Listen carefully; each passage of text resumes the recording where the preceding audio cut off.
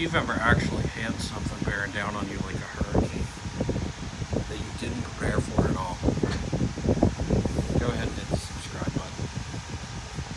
So we've got a hurricane coming, and I'm not going to talk about the hurricane because I've beat Katrina to death. I've beat Sandy to death in past videos. So if you're new here, not everything's about prepping. There's a little bit of conspiracy talk thrown in. There's a little bit of this, a little bit of that, a little bit of politics, a bit of philosophy, a bit of religion. And not religion one way. Don't let that turn you off or on. I talk about a little bit of paganism, a little bit of Christianity, a little bit of Islam when applicable, Hindu, Buddhist. It all comes up. Yay, Mabon. That's good enough. But what I want to talk about today, there was somebody that made a comment that asked me, because we had a story where DARPA was looking for subterranean structures, tunnels, rooms to do some experiments in on short notice. And they asked me if I'd ever heard of the Denver airport and what was going on there.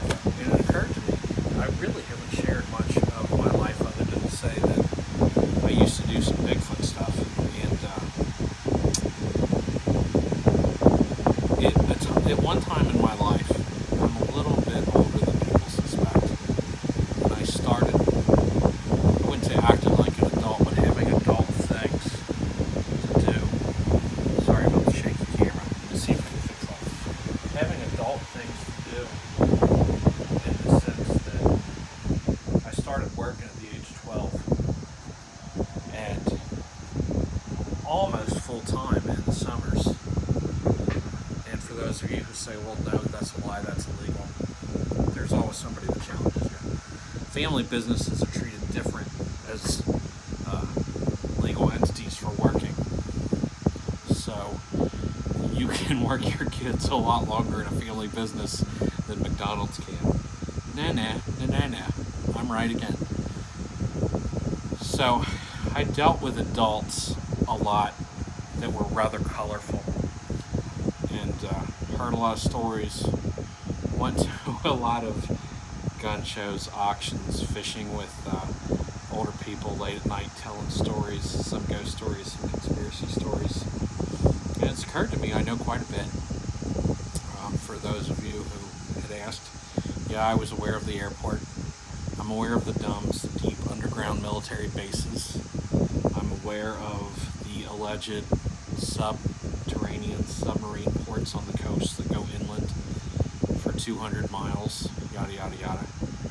Antarctica, all over Antarctica.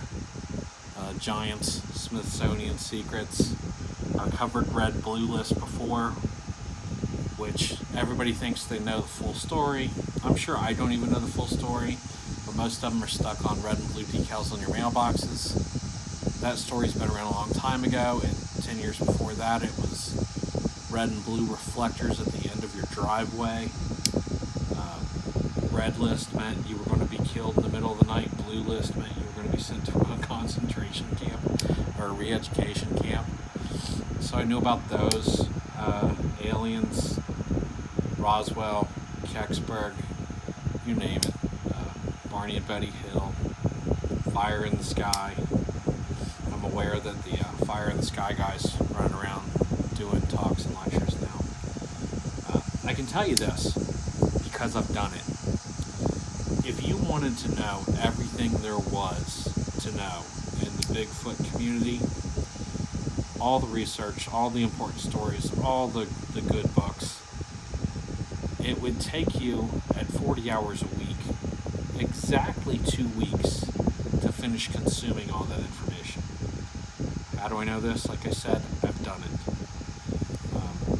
There isn't somebody you've seen on a show I don't know, including names you don't that were there before them.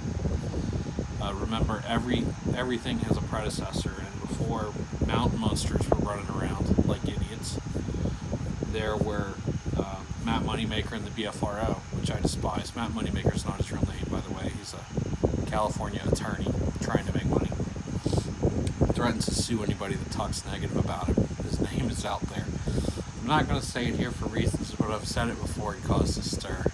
Matt, you're an idiot if you're out there watching. There are, and it's not libel or slander if you believe it to be true, or if it is true. Don Keating before him, Jody Cook with the Grass Man here locally. Jody used to owe me money. We went to the 39th annual MUFON conference here in Cincinnati. Helped sell his wares until he could pay me back. So there's that. I've heard every Art Bell show ever recorded, for those of you who remember, and I heard most of them live. So, or the next morning. The night Bugs called in and said he thought he'd shot Bigfoot. I heard that. The follow-ups to that, Mel's Hole and the follow-ups to Mello's Hole. The night the guy had his girlfriend fax that he was going to call in from a small plane and fly into Area 51, and he got shot down. Bob Lazar, who a lot of people are hating on, you gotta remember, there's a lot of stuff Bob Lazar has said that has come true.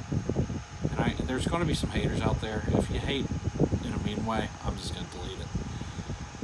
But I lived through Bob Lazar, and I think it was Gene Huff going out there and contacting Art Bell literally a month or so after it happened.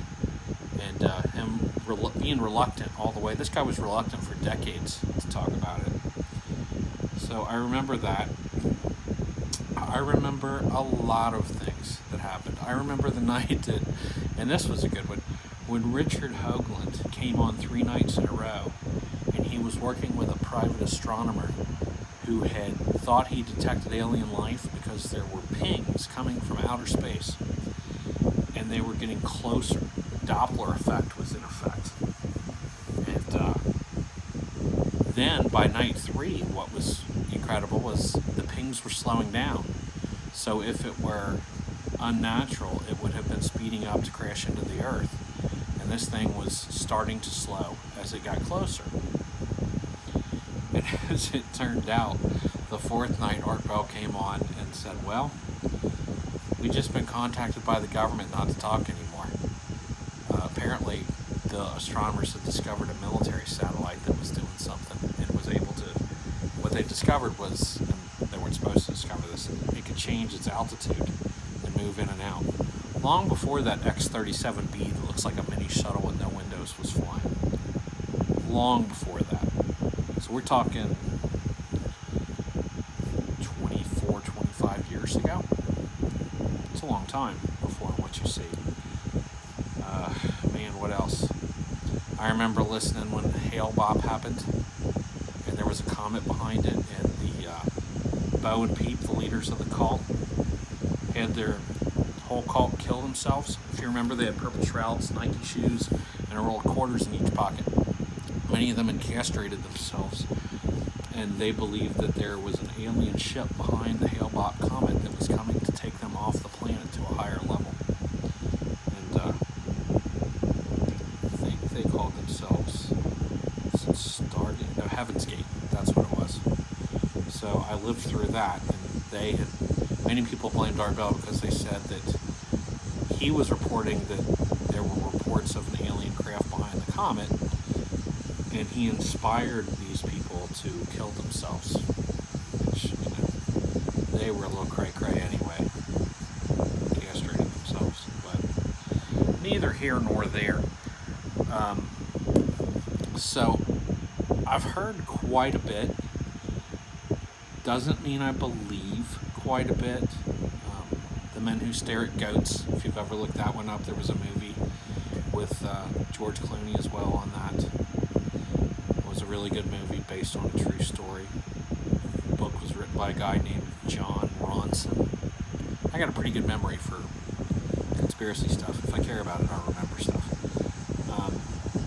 Can't suggest that book enough. He wrote another book called Them, which was about the rise of hate groups in the late 80s.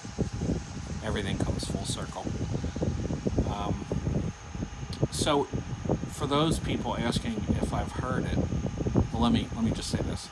doesn't mean I believe everything. I did a deep dive once into tarot cards, pendulums, Ouija boards, psychics. I'm of the mind that while it's probably not true, I think it deserves a decent scientific inquiry. So for that reason, I will look into it and try to at least understand what they're claiming. And you find a lot of frauds along the way. But what I'm interested in are, out of everything that you might have heard in the past or the present, there's some good stuff too. My all-time almost favorite one was that Stevie Wonder is not actually blind. That he did it as a gimmick to make money when he was younger, and the gimmick stuck and he got caught up into it, and now he has to fake being blind. Yeah, it's a real thing. And then there's the standard. There's a ton of them in rock and roll, like Kurt Cobain is dead, Kurt Cobain was murdered. Which I kind of lean toward Courtney Love knew all about it being murdered. But anyway, my question for you, just because I'm interested in what we have, and the answer may be nothing, but if you are a regular or not, please respond below. I want to see, who knows. I want you to list what your all-time favorite is. And then if you have one you think I haven't heard of, because I want to look them up. And it could be conspiracies, it could be really scary instances, like Ditlov's Pass, or Ditolov, or Ditolov, depending on who you're talking to. It could be anything, really. I'm interested in your favorite conspiracy, and either your conspiracy that you think I haven't heard of, or a really unexplained event you think I haven't heard of. And the big one, don't waste your time with the big ones if you think I haven't heard of them, like Philadelphia Experiment or any of those top level ones. If a show's been made about it or a book's been written, I've probably heard of it. But I just kind of want to gauge the audience, and I want to know what you're interested in from that perspective. So anyway, take care and have a good evening.